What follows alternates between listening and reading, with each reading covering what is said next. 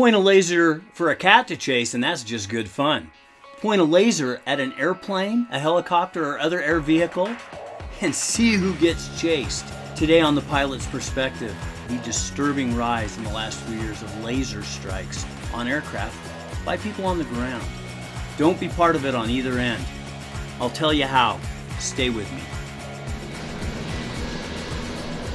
On the FAA safety website, we get lots of good information about laser strikes. A disturbing fact is that laser strikes from the ground to aircraft are up 3 times, nearly tripling in the last decade. In 2021 and 22, 9,457 and 97 and 23 reported laser events in the United States. This is an ongoing and an uptick in problems. We're all probably very familiar with lasers. These lasers first gained some attention back in the early 90s.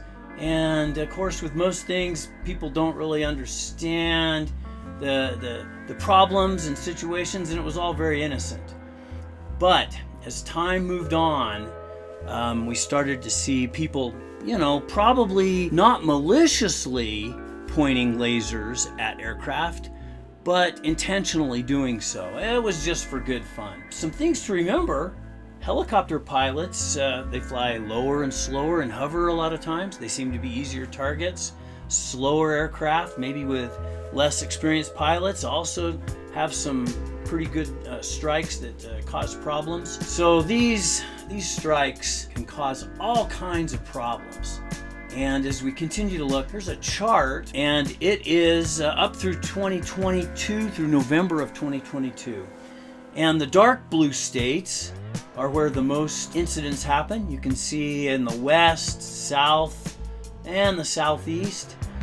And as you continue to look, this little part of the chart right here to the right of the continental United States shows that most of the incidents occur between 2 and 3 in the morning. You remember how you were told nothing good happens after midnight? Well, if you have a laser, that is definitely for sure. There were actually 34 injuries in 2022. Most of them are actual eyeball injuries, and I wasn't able to find where actually anyone was hurt, let's say in a crash, but luckily many of these aircraft have 2 pilots on board, so the other one hopefully doesn't get their eyes blinded.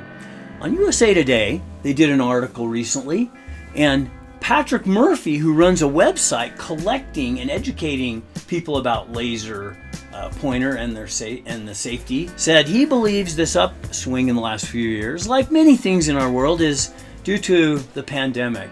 He says people were at home and they had nothing better to do. Unfortunately, 2 to 3 in the morning, you don't have anything better to do. These things can happen. Murphy contrasted the recent increase with a previous jump in incidences back to 2014 and 15. Oh, the FBI had kind of a promotion, an effort to educate people on lasers, and people went, you can point them at airplanes? And so sure enough, he says, you give people an idea and then they go do it. And so this is not good. So it's this catch-22. Do we talk about lasers with the public? Every time we do, we seem to get a few more laser strikes, and that is what we're not trying to do. When the laser hits a cockpit, it bounces around in the cockpit. It can be like a large flash. If it hits you in the eyes, it can actually cause temporary blindness, and in worst case, it can cause injury. So here is an incident on YouTube, and this happens to be recorded by a sheriff's office. So I'll just play a few moments of this, and we can see how this all works out. Hey, SAC, Air 21.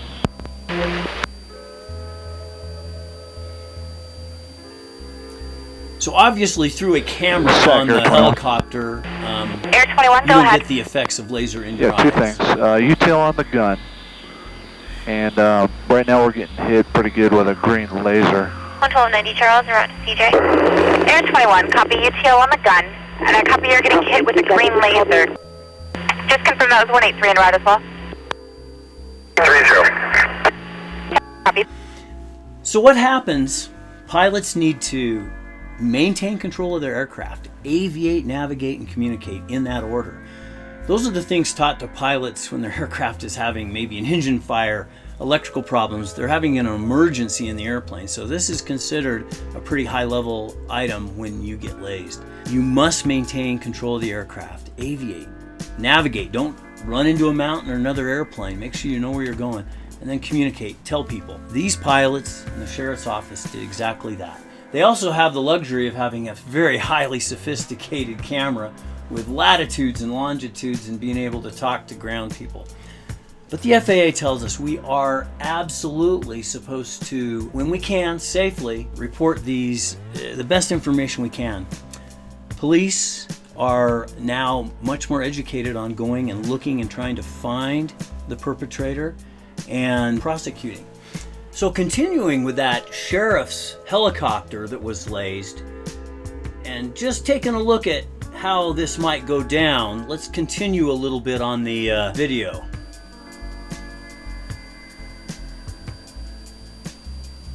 Zach, it looks like right now one party standing in his driveway could be responsible as a basketball court.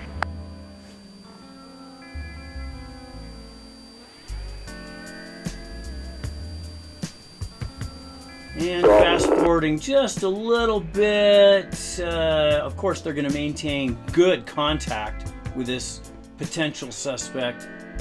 And there we go. We kind of can see what's happening there in the